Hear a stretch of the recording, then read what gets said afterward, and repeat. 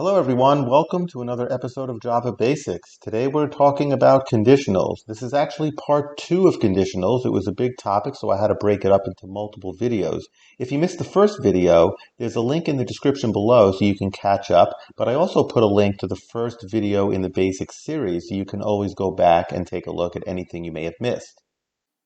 If you want to learn Java programming, or just programming in general, subscribe to this channel. We put out a lot of videos that range from beginner topics to more advanced programming concepts. Also, please like this video, share it with a friend, and write a comment as well. It goes a long way to help promote a channel like this. Now, let's get back to the video. Let's go back to the New York State driver's permit code that we were writing in the last episode.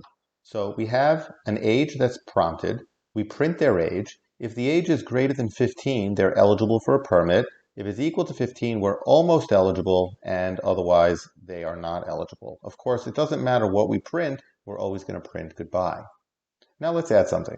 If the person is eligible for a permit, which means they're 16 or older, we want to actually print something else. We want to print that they're eligible for a full permit or a junior permit, and here's the condition. So here's our code so far. We have our prompt. We're checking if it's greater than 15. Here's all the stuff that we've done. However, in here, you can see I've left space. If we are greater than 15, now we want to do something else. We want to print they're eligible for a permit, plus we now want to check to see if they're over 16. And if they are, they get a full permit. If not, they get a junior's permit. Now, let's think about what would happen if they're actually 14. It seems as if we would go into this code because this is checking to see if we're greater than 16. And if we're not, we're going to go into here. So 15, 14, 13, and so on will all go in this section. However, it never actually gets there because this code is nested within this if statement. Because it's nested, that means that this code right here will only execute if we get inside here. And the only way we can get inside the larger bracket is if the age is bigger than 15. In other words, 16 or up. Therefore, if you're 14 years old, you're not going to go into this section of code because you're not going to go into this section of code. You're going to skip all the way down to the else statement. And if you're 15, you'll skip down to this else if. However, if you're 16 or more, now you're inside this block of code. Now we print and we run this nested if statement. Let's try it in NetBeans and see how it goes. Okay, here's NetBeans. And as you can see, last time we actually added a little bit more code than we had displayed on the slide. We checked to see if they were 14. We're going to leave that in here. But if we are greater than 15, we print that we're eligible for a permit. And then let's do our nested if statement.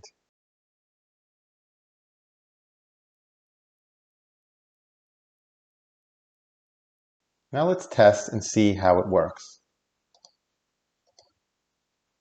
If we're 18, we're going to print that we're eligible for a permit right here, and then we're going to print full permit because we passed this condition. This is true. So we jump in here.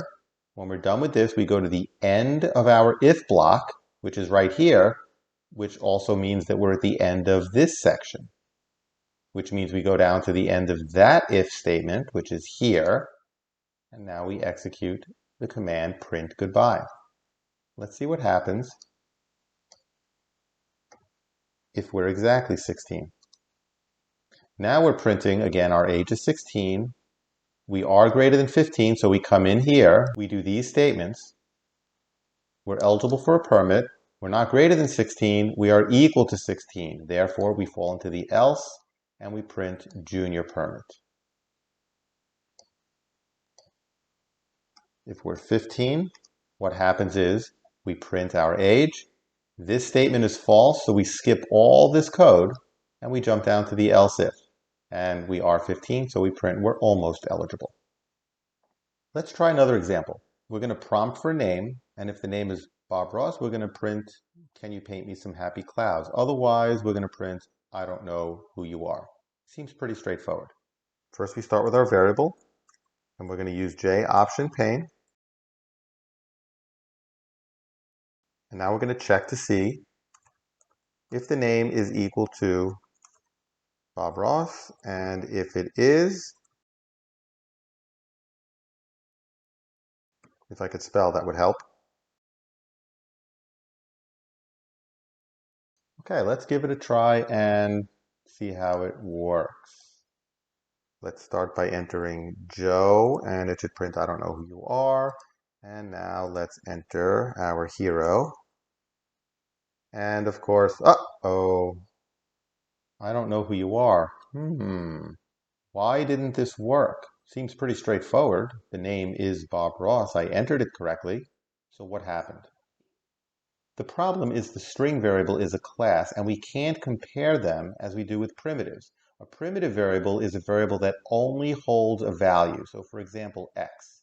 The only thing that x has is the value 4. The only thing that y has is the value 4. That's it. So when you compare x and y, Java says, well, what should I compare? Oh, I know. I'll compare the values, and the values are the same. Therefore, this is true. It doesn't work that way with a string, and that's because a string actually has a whole lot more information than just the string that it's holding.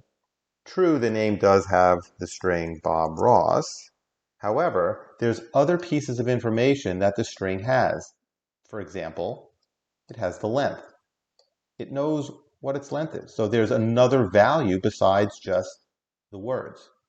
What else does it store? Well, it's got to know what the first letter is, right? Because you could use technically the method substring and ask it for the first letter. So we need to know what the first letter is. My handwriting needs improvement. Sorry about that.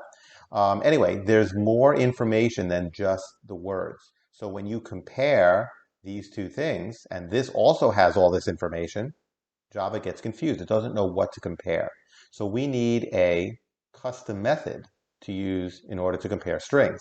And that custom method is dot equals. Just like substring, just like length, it's another method on the string.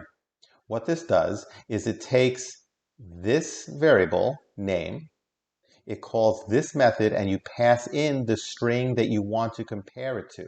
So this string is Bob Ross. We take this value, we compare it to this value, and if they're the same, we return true. If they're not the same, we return false. Let's try it. So here we're going to get rid of all this, and we're going to say name.equals, and in parentheses, we will pass in what we want to compare it to. Let's try it now.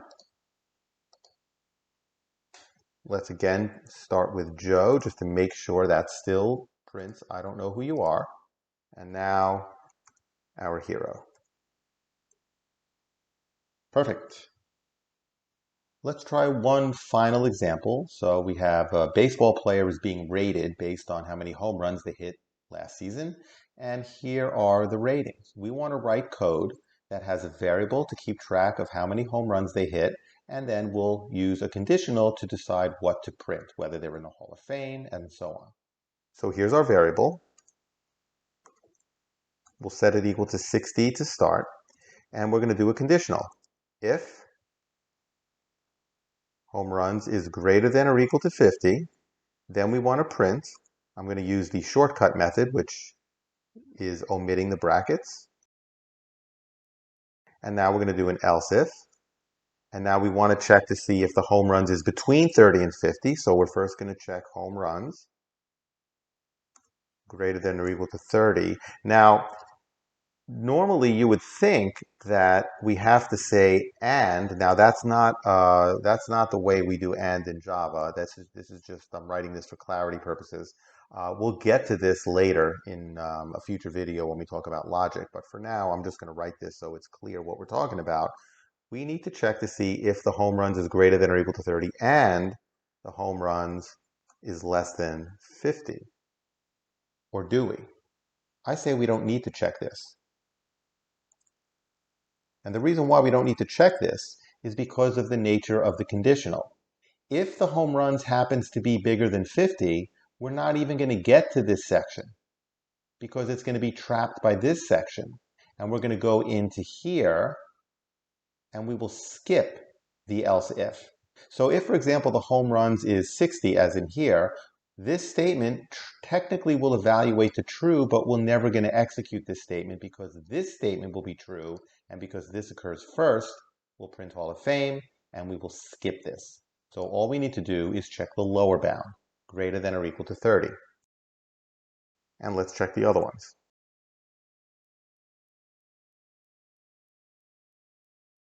And again, we don't need to check the upper bound in this section between 10 and 30, because if it is greater than 30, we're never even going to get to this piece. It's going to be caught either here or here. Let's run this and see how it goes. Home runs are 60. They're in the Hall of Fame. Let's make the home runs exactly 50. They're still in the Hall of Fame. Well, what happens if it's 40? And we have good. 25. And we have average. 1. That's more my speed. Poor. This also illustrates that it's very important the order in which you do your else-ifs, your if, else, if, else. If, for example, I switch these two pieces, let's say I made this 30, and we'll say this is good, and we'll make this 50, and we'll make this Hall of Fame. The problem with this is we didn't do these in the right order. So if we have, say, 40, and we run, well, that should be good, and it is. However, if we have 400 and we run it, we're still going to say good. We're not going to do the Hall of Fame, and that's because we're never checking this condition. This condition is being satisfied before this condition, so we do this code and skip the rest. So it's very important that you organize your conditionals in the proper order, or things may not work out the way you expect. I hope you learned something from watching this video. Please remember to subscribe and share this video with others who are learning Java programming. Thanks for watching, and take care, everyone.